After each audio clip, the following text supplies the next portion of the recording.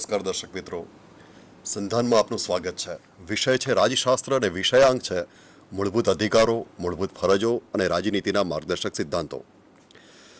દર્શક મિત્રો, આનંદની વાત એ છે કે સ્ટુડિયોમાં આપણી સાથે પ્રિન્સિપાલ શ્રી A.N. કારિયા સાહેબ પધાર્યા છે. નમસ્તે.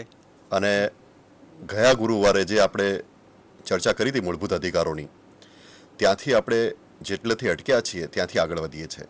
અને મને લાગે છે કે આર્ટિકલ 18 ખિતાબોની નાબૂદી, ત્યાંથી આપણે શરૂઆત કરીશું. કારિયા સાહેબ.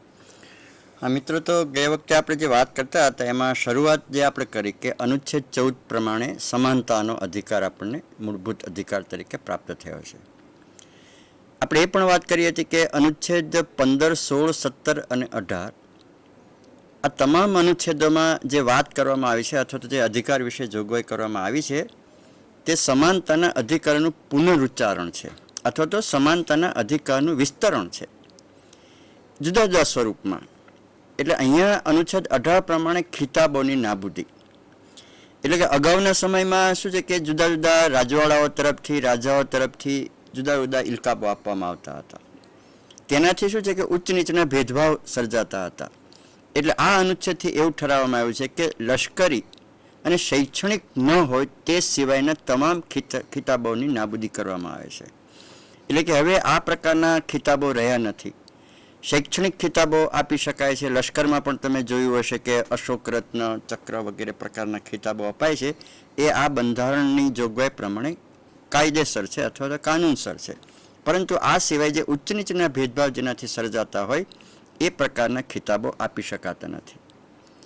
આ અનુચ્છેદમાં બીજી એક એ પણ જોગવાઈ કરવામાં આવી છે કે વિદેશી રાજ્ય પાસેથી ખિતાબ સ્વીકારતા પૂર્વે ભારત સરકારની મંજૂરી મેળવવી અનિવાર્ય છે.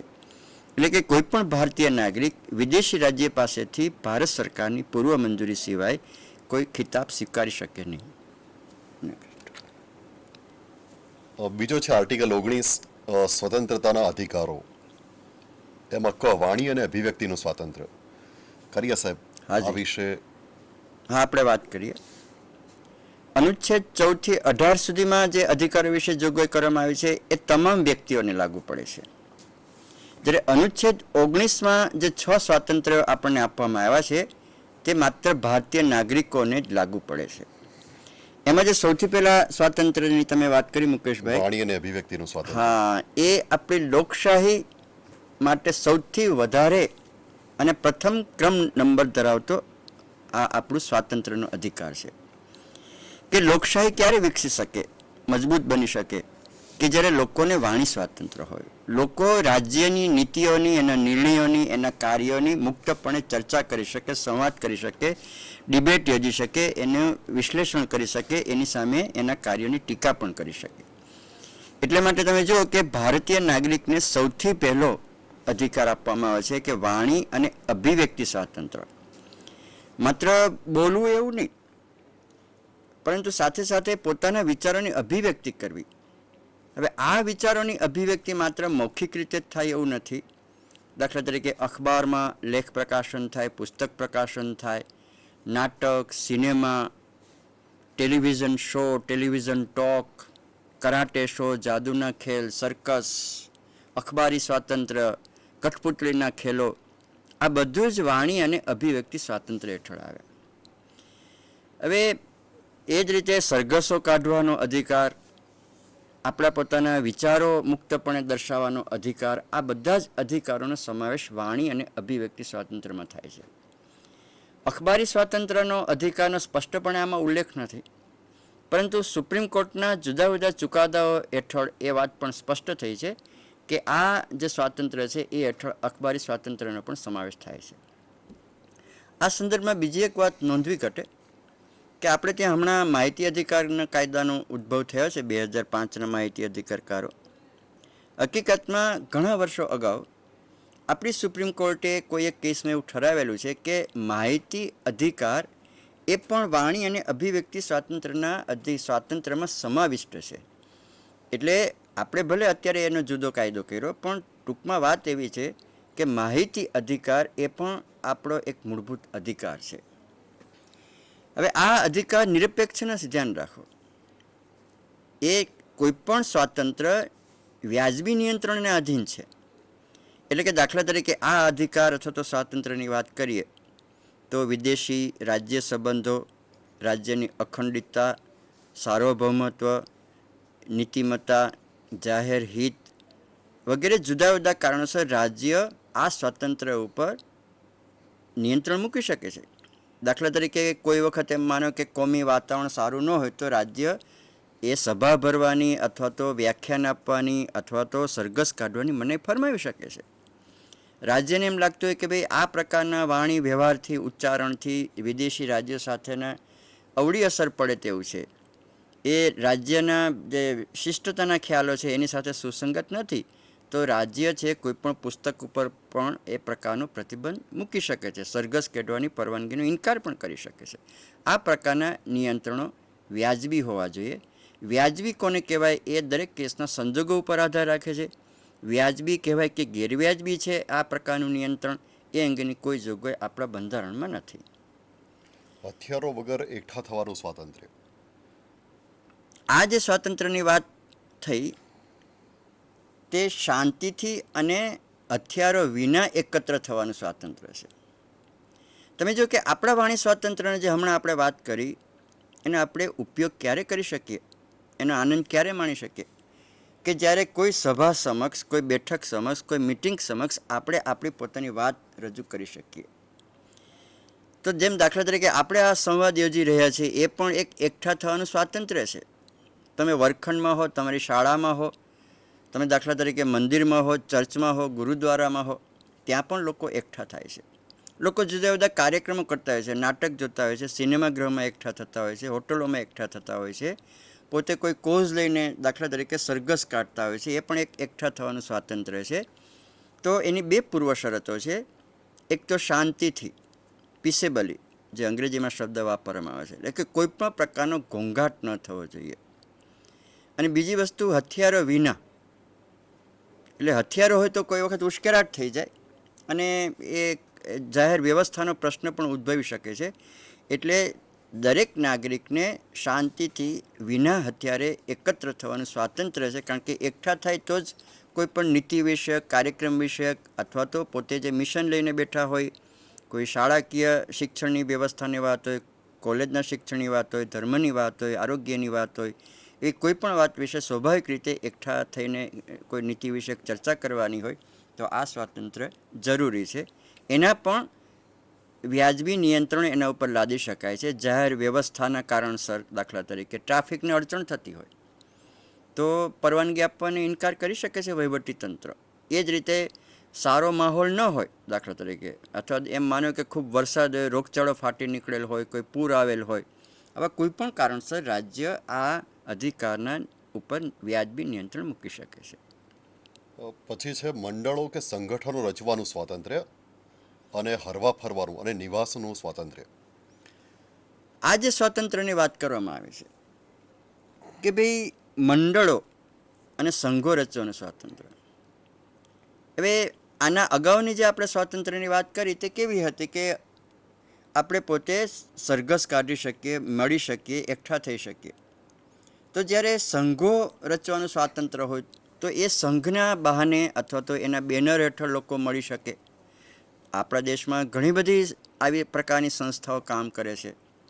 પુષ્કળ દાખલા તરીકે civil servant society of India, બેન્કોનું ફેડરેશન હોય છે, PUCL છે, પછી ડેમોક્રેટિક રિફોર્મ્સ ફેડરેશન છે.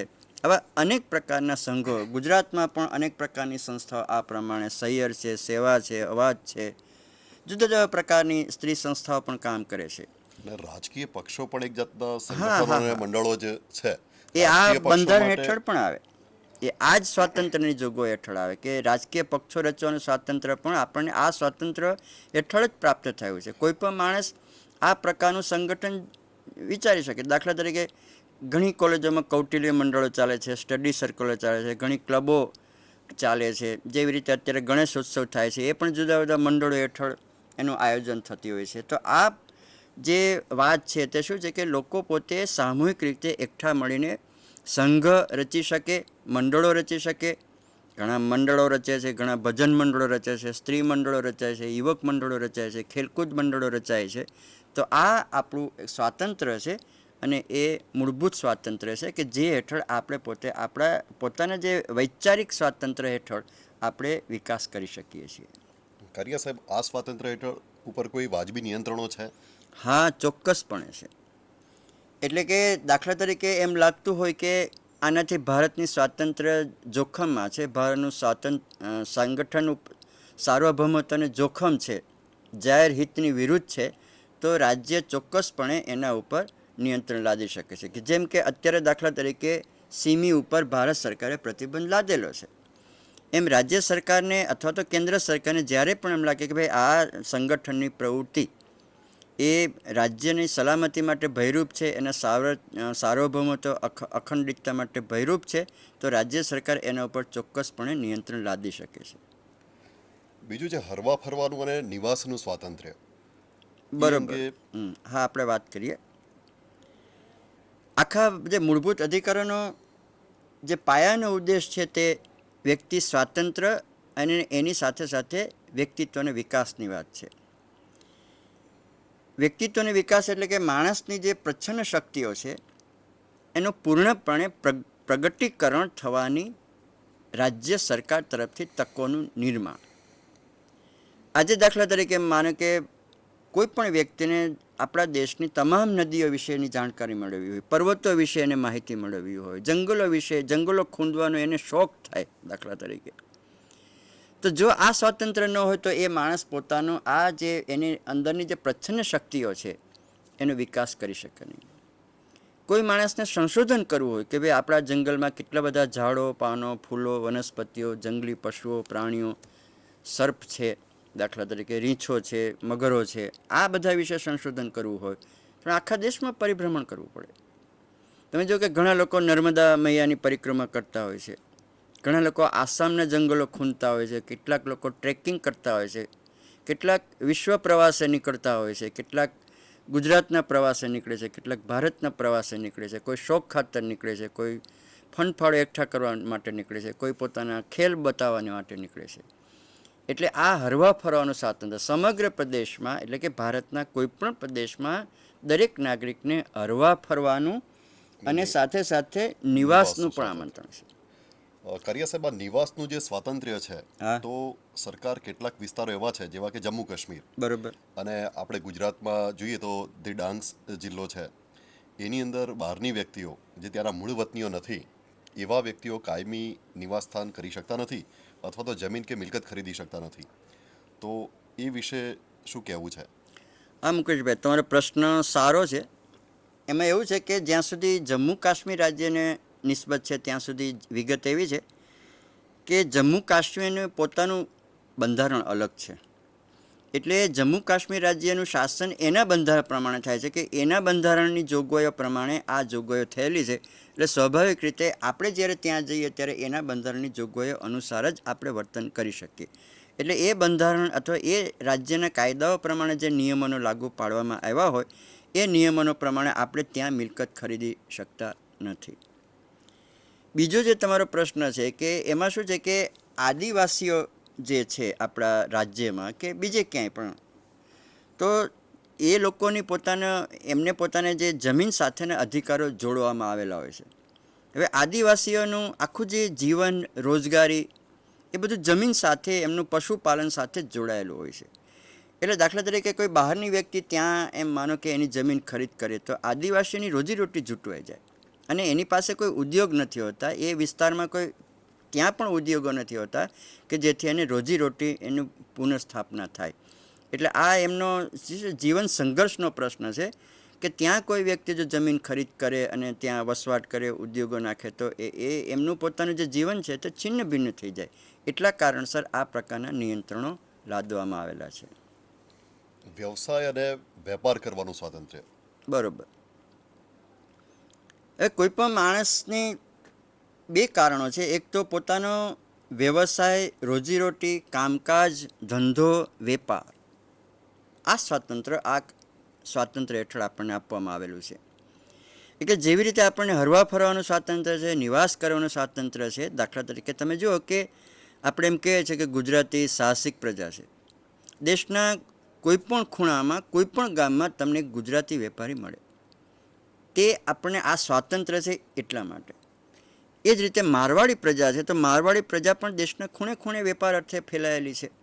શીખો પણ એ જ રીતે દેશના ખૂણે ખૂણે ફેલાયેલા છે. એટલા માટે કે આપણને એટલે કે ભારતના નાગરિકને રાષ્ટ્રના કોઈપણ પ્રદેશમાં, વિભાગમાં અથવા તો એના એક છેલ્લા ખૂણામાં પણ જઈને નિવાસ કરવાનું, વેપાર, કામકાજ, પ્રવૃત્તિ, ધંધો કરવાનું પૂર્ણપણે સ્વાતંત્ર્ય છે. આપણા ગુજરાતના લોકો આસામમાં છે, આસામના લોકો મહારાષ્ટ્રમાં છે, મહારાષ્ટ્રના લોકો પશ્ચિમ બંગાળમાં છે. તમે જો કે પશ્ચિમ બંગાળના અને ઓરિસ્સાના કેટલા બધા મજૂરો આજે સુરતના ઉદ્યોગોમાં છે, જામનગરના કેટલીક ફેક્ટરીઓમાં કામ કરે છે. એટલે એમ લાગે કે આખું એમ કે ઓરિસ્સા અથવા તો આખું પશ્ચિમ બંગાળ અહીંયા ઠલવાયું છે. એટલા પ્રમાણમાં મોટી રોજગારી ગુજરાતમાં માટે એ લોકો આવે છે. કારણ કે એમને પોતાને એટલે કે ભારતના નાગરિકને આ પ્રકારનું વ્યવસાય કરવાનું સ્વાતંત્ર્ય મળેલું છે. કરીએ સાહેબ, આ વ્યવસાય અને વેપારનો જે અધિકાર છે એ સંપૂર્ણ છે કે એની પર કોઈ વાજબી નિયંત્રણો મૂકેલા છે? આ ચોક્કસપણે વ્યાજબી નિયંત્રણ મૂકી શકાય. દાખલા તરીકે એક કેસ એવો બનેલો મુકેશભાઈ કે હરિદ્વારમાં અને ઋષિકેશમાં ઘણા વર્ષો પહેલાં કુંભ મેળો ભરાયેલો. તો ત્યાંના જે લોકો ખાટકીઓ અથવા જે માંસનો વેપાર કરતા જે લોકો છે, તો રાજ્ય સરકારે એ સમયગાળા દરમિયાન એમના ઉપર આ વેપાર કરવાનો પ્રતિબંધ મૂક્યો. કારણ કે એ બંને છે તે હિન્દુ ધાર્મિક સ્થળો છે અને આ જે ઉત્સવના કારણે શું છે કે ખૂબ જ ભક્તજનોની સંખ્યા મોટા પ્રમાણમાં ત્યાં